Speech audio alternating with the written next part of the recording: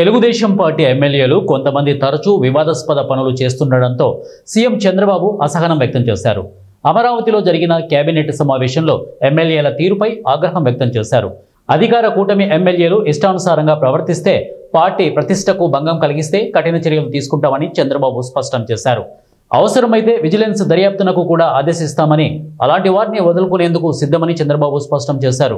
Srisailam MLA Budda Rajasekhar Reddy మద్యం మత్తులో అటవీ సిబ్బందిపై దాడి చేసినట్లుగా ఆరోపణలు ఎదుర్కొంటున్నారు. సీసీ ఫుటేజ్ ఆధారంగా ఆయనపై కేసు నమోదుకు ఆదేశాలు జారీ చేశారు.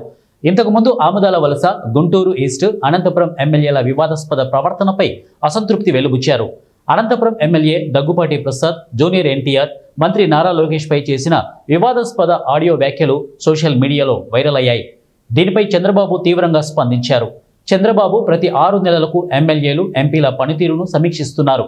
ప్రజల నుంచి, పార్టీ కార్యకర్తల నుంచి సేకరించిన ఫీడ్బ్యాక్ ఆధారంగా సర్వేలు నిర్వహిస్తున్నారు.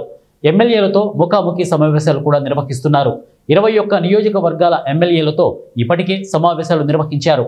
ఎమ్మెల్యేలను ప్రజలతో సన్నిహితంగా ఉండాలని, పార్టీకి మంచి పేరు తీసుకురావాలని సూచిస్తున్నారు.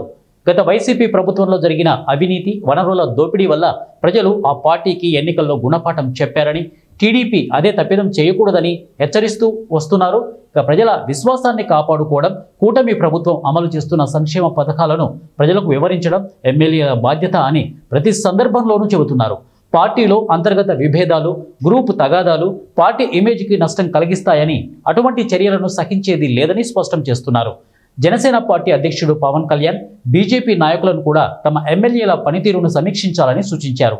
కొందరు జనసేన ఎమ్మెల్యేలపై కూడా అవినీతి ఆరోపణలు ఉన్నాయని, వారిని పవన్ కళ్యాణ్ క్రమశిక్షణలోకి తీసుకురావాలని గతంలో సూచించారు. కూటమి ఎమ్మెల్యేలు 164 మంది ఉన్నారు.